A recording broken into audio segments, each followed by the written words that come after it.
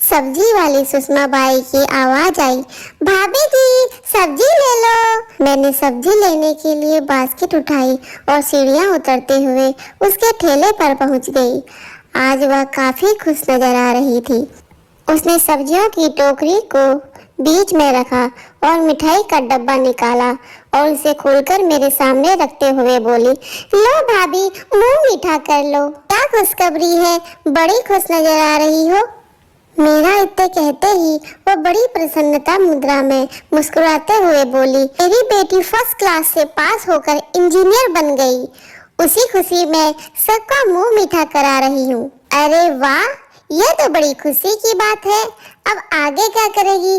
2 साल नौकरी कर लेगी, उसके बाद शादी कर लेंगे। उसने बड़ी सहजता से साथ मुस्कुराते हुए बोला। इसके पिताजी तो बड़े खुश हो रहे होंगे ना। इसके माता पिता दोनों मैं ही हूँ। उसके चेहरे पर हल्की सी उदासी की लहर आ गई। ओह, क्या वे अब इस दुनिया में नहीं है? मेरे कहते ही वह बोली, पता नहीं, मैं तो उन्हें 15 साल पहले ही छोड़ आई। जब मेरी बेटी 8 साल की थी तभी से मैं अकेले ही उसकी परवरिश कर रही हूँ। मेरे मन में उसकी कहानी जानने की उत्सुकता जाग उठी। जब मैंने उससे पूछा क्या बात हो गई थी तो उसने कहा, आपको कल पूरी कहानी सुनाऊंगी। अगले दिन वह अपने समय पर ही आ गई। सब्जी देने के बाद वह बोली, भाभी कल आपने पूछा था ना कि मैंने अपने पति को क्यों छोड़ा, तो जानना चाहोगे? हम लोगों में तो यही परंपरा चली आ रही है कि हम औरतों को तो मर्द काम पर लगा देते हैं और खुद शराब पीकर मौज मस्ती में दिन भर बिताते हैं। मेरा पति भी ऐसा ही था।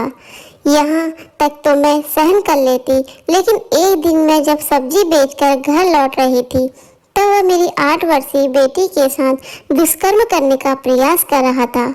मेरे तो तन बदन में आग लग गई। मैंने गुस्से से देखते हुए उसे बहुत गालियां दी। बेटी को उसके चुंगल से छुड़ाया। उसी दिन मैंने उससे कहा कि या तो वह यहाँ से चला जाए या तो मैं अपनी बच्ची को लेकर वहाँ से चली जाऊंगी। उसके साथ तो मैं किसी भी हाल में नहीं रह सकती थी, किसी भी शर्त पर नहीं रह सकती थी।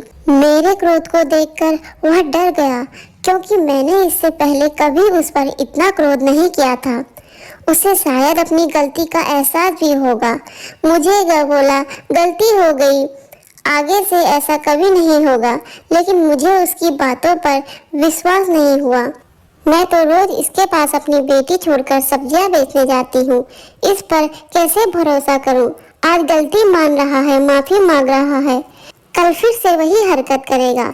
शराब पीकर तो वैसे भी आदमी की बुद्धि भ्रष्ट हो जाती है। उस समय उसे ऊंच नीची कहाँ समझ रहती है। जब मन में वासना का कीड़ा कुल बुलाने लगे तो कहाँ होश रहती है। यह बेटी है या बहन है या पत्नी है? वह काफी गिड़गिड़ाता रहा, लेकिन मैंने उसकी एक न सुनी। अगले दिन मैं अपनी बेटी को लेकर वह शहर छोड़ आई, एक खोली किराए पर ली और अपनी नई जिंदगी शुरू की। उसके चेहरे पर छाए आत्मविश्वास और हिम्मत को देखकर मैं दंग रह गई। अनपढ़ होने के बावजूद भी उसने अत्याचार, शोषण, अन्याय सहन करने से इनकार कर दिया और स्वाभिमान से जीने की राह चुन ली। एक प्रश्न जो मेरे मन में काफी देर से घूम रहा था, मैंने पूछ ही लिया, लेकिन तुम यह मंगलसूत्र पहनती हो, बिंदी लगाती हो, हरी चूड़ियां भी पहनती हो, यह सब किस लिए? यह सब तो मुझे मजबूरी में करना पड़ता है। आप तो जानती ही हो कि अकेली औरत परिवक्ता या विधवा को देखकर पुरुषों की जीभ कैसे लपलपाती है। अप्रत्यक्ष रूप से वे सब पर अधिकार जमाने लगते हैं।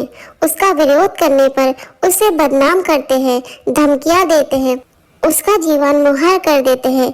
इन सब से बचने के लिए मुझे यह सुहाग चिन्ह धारण करने पड़े। इससे अधिक इसका मेरे जीवन में कोई महत्व नहीं। कम से कम इससे कुछ सुरक्षा तो हो जाती है। नए शहर में नए लोगों के बीच में नया जीवन बिताना और वह एक छोटी बच्ची के साथ बिना किसी सहारे के जीना कितना मुश्किल हो सकता है, यह कोई नहीं जानता। जब मैंने उससे पूछा तो उसके चेहरे पर फिर से मुस्कुराहट आ गई और बोली, जब एक बार घर छोड़ दिया और मन बना लिया कि कैसे ही परिस्थितियां हो, मुझे अपने बच्चे के साथ अपनी मर्जी से जीवन जीना है। तो फिर मुश्किलों का सामना करने में बहुत ज़्यादा कठिनाइयाँ महसूस नहीं हुई। मेरे एक दो पड़ोसी बहुत अच्छे थे। वे मुझे समय समय पर मदद भी करते थे, हिम्मत भी बनाए रखने को कहते थे। इसलिए जीवन कठिन तो अवश्य था, लेकिन सहजता से बीत गया। एक अनपढ़ सब्जी बेचने वाली महिला का जीवन कितना बड़ा पाठ सिखा गई कि अत्याचार, अन्याय, शोषण सहन करना भी अन्याय को बढ़ावा देता है। पढ़ी लिखी शिक्षित होने के बावजूद भी कुछ महिलाएं इनका विरोध नहीं कर सकती और सारा जीवन घुट घुट कर जीती हैं। लेकिन उस खुददार औरत ने स्वाभिमान से अपने ढंग से जीवन जीने का रास्ता चुना।